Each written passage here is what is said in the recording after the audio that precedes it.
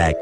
So hey guys, আসসালামু আলাইকুম। কেমন আছো তোমরা? আশা করি তোমরা সবাই ভালো আছো। সো ফাইনালি আজকে যাচ্ছি সাতশিমুলিয়াতে, যেহেতু সেখানে আসছে আমাদের প্রাণপ্রিয় পীরজাদা নওশাদ সিদ্দিকী ভাইজান। मैं ही नहीं तुम पर कुर्बान ज़माना है। তো আজকের ব্লগটা আরও সেরা হতে চলেছে। তো এখনও পর্যন্ত যারা যারা চ্যানেলটা সাবস্ক্রাইব করোনি, তাড়াতাড়ি করে চ্যানেলটা সাবস্ক্রাইব করে দাও, যেহেতু তোমাদের একটু সাপোর্ট আমার ভিডিও বানাতে কিন্তু অনেক অনেক মোটিভেট করে। তো গাইস, তাহলে চলো যেতে যেতে কথা হচ্ছে। जो रब्बे दो आलम का महबूब या गाना है। তো গাইস, ফাইনালি 1.5 ঘন্টার বাস জার্নি করে এখন কিন্তু চলে এসেছি নিমতলাতে। আবার এখান থেকে আমাকে টোটোতে করে যেতে হবে। তো একটা টোটোওয়ালাকে জিজ্ঞাসা করলাম যে এখান থেকে আর কত দূর। তো বলছে 10 মিনিটের মধ্যে পৌঁছে যাবো, ঠিক আছে। कल पुल से हमें जिसने खुद पार लगाना है। তো গাইস, ফাইনালি কিন্তু চলে এসেছি সাতশিমুলিয়া গ্রামে, ঠিক আছে। আর এটা নদিয়ার মধ্যেই পড়ে। তো আজকে ভাইজান যে প্রতিবাদ সভাটা করছে, এটা হচ্ছে 3টে কারণে। এক হচ্ছে কাশ্মীরে যে 28 জন যে শহীদ হয়েছে সেটা, আর 2 হচ্ছে যে 26,000 চাকরি বাতিল করা হয়েছে, আর 3 নম্বর হচ্ছে মুসলিমদের যে অকাল সম্পত্তি বাতিল করার দাবিতে কিন্তু আজকের এই প্রতিবাদ সভাটা রাখা হয়েছে, ঠিক আছে। আর ভাইজান যেখানে সভা করবে, এই যে হচ্ছে সেই জায়গা, ঠিক আছে। এখানে দেখো চেয়ার পেতে দিয়েছে সব বসার জন্য। আর ভাইজানের সেই হচ্ছে স্টেজ, ঠিক আছে। আর আজকের আকাশটা কিন্তু অত্যন্ত মেঘলা আকাশ, যদি বৃষ্টি আসার সম্ভাবনা হতে পারে। তো চলো এখন স্টেজের সামনে যাব। দেখো ভাইজান আসার আগেই কিন্তু অনেক মানুষ জমে গেছে, দেখতে পাচ্ছ, ঠিক আছে। আর এদিকটা দেখো, মানে মেঘ করে আছে, দেখো যদি এখন বৃষ্টি চলে আসে, ঠিক আছে, মানে এখানে কিন্তু সবাইকে আমরা একসঙ্গে ভিজতে হবে। তো দেখো এই যে ওদিকে দেখো, এই হলো ভাইজানের স্টেজ। ভাইজান এখনই আসবে, ঠিক আছে, 4টে এই বাজে এখন। আর এইদিকে দেখো মানুষ কিন্তু অলরেডি কিন্তু চলে এসছে। আর এখানে এসে অলি ভাই কেমন আছো তাই বলো, তুমি কখন এসছো? ज़हरा का वो बाबा है, हसनैन का नाना है। এই তো আমি আসলাম। আজকে এই ওয়েদারের মধ্যে ধরো ভাইজানের প্রতিবাদ সভা হচ্ছে, ঠিক আছে। তো এই ওয়েদারে যদি আজকে বৃষ্টি আসে কি হবে তাই বলো? বৃষ্টি এলে সবাই দাঁড়িয়ে দাঁড়িয়ে আমরা ভাইজানকে সাথে নিয়ে ভিজবো নাকি? তো চলো গাইস, এখনই কিন্তু ভাইজান চলে আসবে, ঠিক আছে। আর আমি আর অলি ভাই এসেছি, বোলাকারের মধ্যে এই দুজন এসেছি, তাই তো নাকি? হ্যাঁ না আর কেউ আছে? আপাতত দুজন, তাই তো? ঠিক আছে, চলো দুজনাই কামিয়াবি হয়ে যাবো নাকি? তো গাইস, ফাইনালি আমাদের প্রাণপ্রিয় পীরজাদা নওশাদ সিদ্দিকী ভাইজান চলে এসেছে। আর এই যে দেখো ভাইজান দেখো চলে এসেছে। আর এখানে কত মানুষ দেখো ভাইজানকে ফুল দিয়ে বরণ করছে, ঠিক আছে। কত মানুষ দেখো, ভাইজান দেখো এখনই কিন্তু নামবে ভাইজান। আর এইদিকে দেখো ফুল দিয়ে অলরেডি বরণ করছে শত শত মানুষ। उस हाशमी दूल्हा पर कौनैन को मैं मारूं।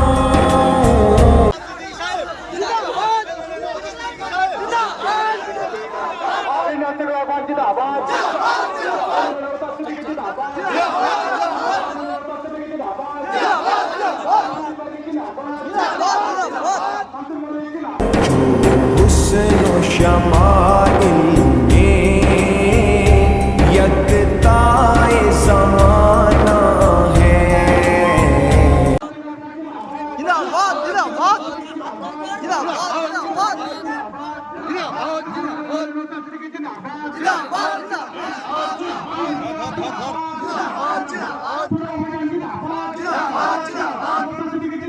জিন্দাবাদ জিন্দাবাদ জিন্দাবাদ জিন্দাবাদ জিন্দাবাদ জিন্দাবাদ সো ফাইনালি দেখো ভাইজান কিন্তু স্টেজে উঠে যাচ্ছে, ঠিক আছে।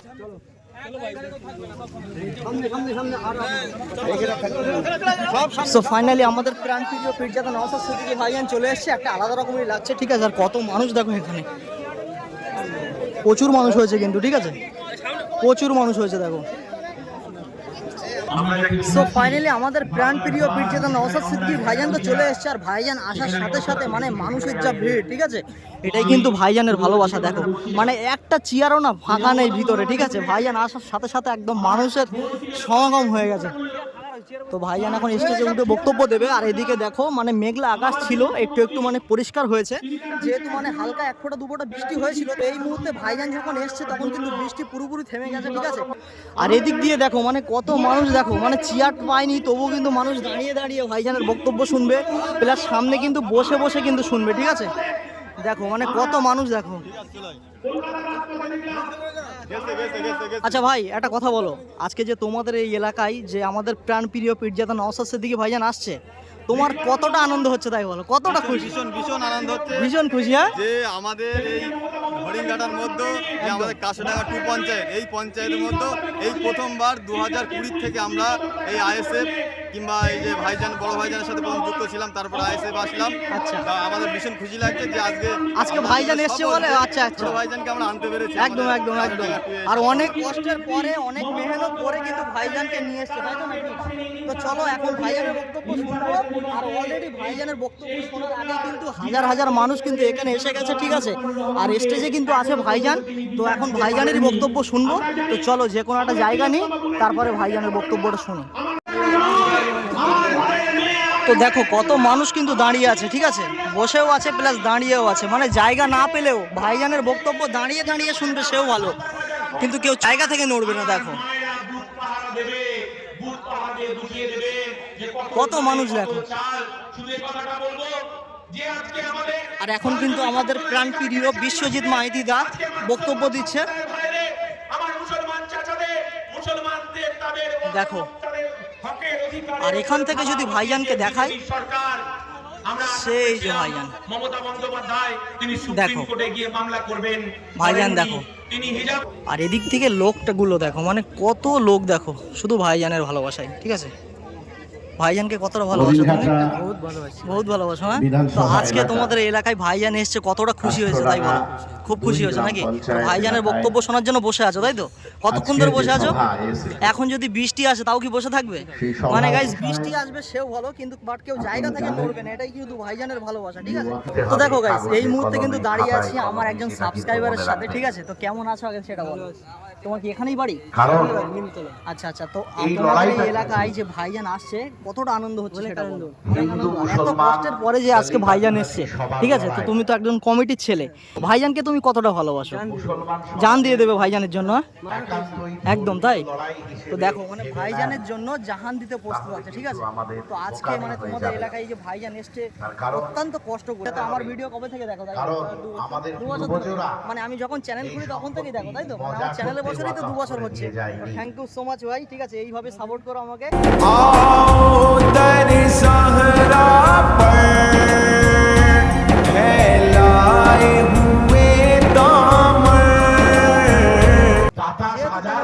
সাপোর্ট আমার কিন্তু ভিডিও বানাতে অনেক অনেক মোটিভেট করে। তো চলো এখন কিন্তু ভাইজানের বক্তব্য শুনবো বলে আমরা এসেছি, তাই না?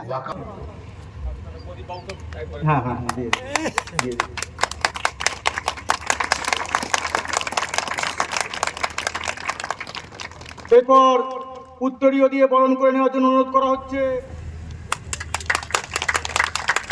এরপর ফুলের স্তবক দিয়ে সম্বর্ধনা জানানোর জন্য অনুরোধ করা হচ্ছে।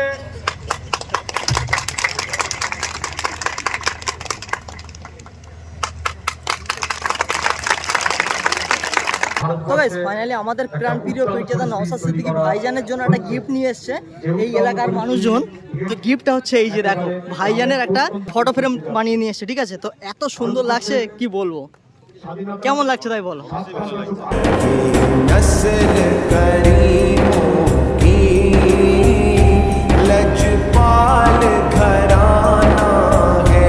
হরিণঘাটা বিধানসভা কমিটি যাদের উদ্যোগে কাশ্মীরের পেহেলগাঁওতে যে বর্বরোচিত সন্ত্রাসবাদী হামলা হয়েছে, সন্ত্রাসীদের বিরুদ্ধে, এবং এই সন্ত্রাসবাদী হামলা ঠেকাতে পারল না কেন কেন্দ্র সরকার, তার বিরুদ্ধে আজকে আমাদের এই প্রতিবাদ সভা সংগঠিত করেছে। আমি ধন্যবাদ জানাই কমিটিকে। 26,000 চাকরি বাতিল হয়েছে। এই যে 26,000 চাকরির মধ্যে সবাই অবৈধভাবে চাকরি পেয়েছে এ ধরনের ব্যাপার নয়। কিছু মানুষ অবৈধ লেনদেনে অর্থ দিয়ে বা অন্যায় পন্থা অবলম্বন করে চাকরি নিয়েছিল। এবার আপনারা আমার মধ্যে যারা মেধাযুক্ত, তারা করেছিল যে ওই ছেলেটা চাকরি পেতে পারে না, ওর থেকে বেশি মেধা আমার আছে, আমার চাকরিটা ও চুরি করেছে, এই মর্মে মামলা হয়েছিল। যখন প্রথমে মামলা হয়েছিল রাজ্য সরকার অতটা পাত্তা দেয়নি। ডিভিশন বেঞ্চে 26,000 চাকরি বাতিল হলো, তখনও রাজ্য সরকার কিন্তু নড়ে চড়ে বসেনি।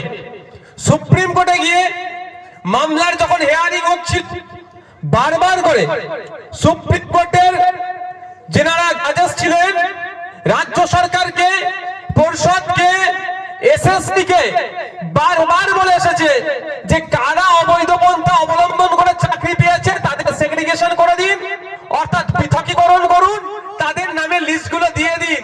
তাহলে কি হতো, যদি রাজ্য সরকার লিস্ট দিয়ে দিত তাহলে 26,000 চাকরি বাতিল হতো না। পেহেলগাঁওতে সন্ত্রাসবাদী হামলা হয়েছে, ওই সন্ত্রাসবাদী হামলাতে আমার দেশের 26টি ভাইকে তারা খুন করেছে, আমার 26টি ভাই শহীদ হয়েছে। আমাদের পশ্চিম বাংলার 3 জন আছে, একজন পুরুলিয়ার, কলকাতার 2 জন। কলকাতার 2 জনের মধ্যে সমীর গুহ নামে একজন আছে, পরিবার আছে। তো আমি তার গাড়িতে গিয়েছিলাম, তার ফ্যামিলি কদিন আগে স্ত্রী এবং তার শালা বসে স্টেটমেন্ট দিয়েছে, আপনারা শুনেছেন। তার ফ্যামিলিতে আমি গিয়েছিলাম, আমি চুপি সারে গিয়েছিলাম। সব জায়গায় মিডিয়া নিয়ে যাওয়ার আমি পক্ষপাতী নই, যে অ্যাকচুয়াল ঘটনাটা কি জানতে হবে, সত্যটা কি জানতে হবে। আপনারা অবাক হবেন শুনলে, এই অপদার্থ সরকার একজন শহীদ ফ্যামিলির সাথেও কি আচরণ করেছেন। আমি গুটি কয়েক কথা বলবো। আমি যখন গিয়েছিলাম ওই হামলার প্রায় 4 দিন পরে গিয়েছিলাম, 5 দিনের মনে হয় মাথায় আমি গিয়েছিলাম তাদের বাড়ি। গিয়ে খবর পেলাম যে যিনি স্বপন বাবু মারা গিয়েছেন তার মোবাইল, ঘড়ি আর কিছু জিনিসপত্র তখনও পর্যন্ত তার বাড়িতে পৌঁছায়নি। সরকারের পক্ষ থেকে ভিডিও কল করে বলা হচ্ছে এটা আপনার মোবাইল তো, আপনার স্বামীর, এটা আপনার অমুকের ঘড়ি তো, এটা এই তো, এটা আপনার পৌঁছে যাবে কালকে। কাল করতে করতে একাধিক দিন পার করিয়ে দিচ্ছে। মানে বুঝতে পারছেন কত নেগলিজেন্সি। এই প্রশ্নের উত্তর কাকে দিতে হবে? এই হরিণঘাটার যিনি বিধায়ক আছেন, যে দলে আছেন তাকে দিতে হবে। এই প্রশ্নের উত্তর কাকে দিতে হবে? শুভেন্দু অধিকারীদেরকে দিতে হবে। এই প্রশ্ন অমিত শাহকে দিতে হবে। এই প্রশ্ন মোদীজিকে দিতে হবে। যখনই আপনি এই প্রশ্ন তুলতে চাইছেন তখনই আপনার মনে অন্য ঢুকিয়ে দিচ্ছে ধর্মীয় বিভাজন। কি বলছেন? এই হিন্দু দেখে নাকি মেরেছে। বিশেষ করে প্রত্যেকদিন সকালে উঠে আমি আগে নিউজটা দেখি, ন্যাশনাল মিডিয়া চ্যানেলগুলো দেখি, কিছু আপডেট এলো নাকি আজকে নদিয়া এলাকায় দিয়েছে হয়তো দেখবো। কিন্তু নদিয়ার মানুষরা ভাইজানকে একটু বেশি ভালোবাসে মনে হচ্ছে। বিশাল বড় পদক্ষেপ নিয়েছে, পাকিস্তানের নাকি 14টা ইউটিউব চ্যানেল বন্ধ করে দিয়েছে। বিশ্বাস করুন, আমি জীবনে আজ পর্যন্ত বলছি, আমি ইউটিউবে একটু আসক্ত, মানে এই নিউজ ফিউজ গুলো দেখতে হয় তো, সোশ্যাল মিডিয়াতে একটু আমি আসক্ত, যদি এখন একটু কমিয়ে দিয়েছি। আমি জীবনে আজ পর্যন্ত আমি ইউটিউবে, মানে 2008-এর কথা বলছি, 8-এর কথা, সেই থেকে আমি এইখানে চর্চা করি। 8-9-এর কথা বলছি, যখন মাধ্যমিক মানে দেবো যখন ভাব, এখনো পর্যন্ত আমি জীবনে পাকিস্তানের চ্যানেল কি আমি জানতাম না। এই শুনলাম যে 14টা পাকিস্তানের চ্যানেল বন্ধ করে দিয়েছে, বিশাল স্ট্রাইক হয়েছে, পাকিস্তানের পুরো কোমর ভেঙে দিয়েছে। তো গাইস ফাইনালি তো এখন ভাইজান বক্তব্য দিচ্ছে, আর মানে কিছুক্ষণের মধ্যেই বক্তব্য শেষ হবে। তো দেখো প্রায় কিন্তু সন্ধে হব চলে এসছে, ঠিক আছে। যেহেতু আমি সেই আমডাঙ্গা থেকে এসেছি নদিয়াতে, অনেকটা দূরের রাস্তা। তো এখন যদি যাই তাহলে আমার টাইম মতো আমি বাড়িতে পৌঁছে যাবো, ঠিক আছে। আরও যদি 1 ঘন্টা বা আধা ঘন্টা যদি লেট করি তাহলে বাড়ি যেতে আমার কিন্তু অনেকটা রাত হবে, যেহেতু আমি বাসে করে এসেছি, ঠিক আছে। তো ভাইজানের মিটিং শেষ হওয়ার আগেই কিন্তু চলে যাচ্ছি। তো আজকের ভিডিওটা কার কেমন লেগেছে সেটা কিন্তু অবশ্যই তোমরা কমেন্ট করে বলো। আর সত্যি কথা বলতে আজকে এই যে নদিয়াতে আসলাম না, আমার লাইফে এই ফার্স্ট টাইম আসলাম নদিয়াতে। তো নদিয়াতে এসে অনেক ভালোবাসার মানুষকে পেয়ে গেছি। তো ভাইজানের প্রোগ্রামে আসলাম, ঠিক আছে, আনন্দ করলাম, ভিডিও করলাম, সবার সঙ্গে দেখা হলো, কথা হলো, একটা আলাদা রকমেরই লাগলো, ঠিক আছে। তো এখন বাড়িতে চলে যাচ্ছি গাইজ, আর ভিডিওটা কিন্তু এখানেই শেষ করছি। যদি ভিডিওটা ভালো লাগে অবশ্যই like, comment, share and subscribe. আর চলো দেখা হচ্ছে কিন্তু পরের কোনো নেক্সট ভিডিও। ততক্ষণ take care, bye and love you, tata.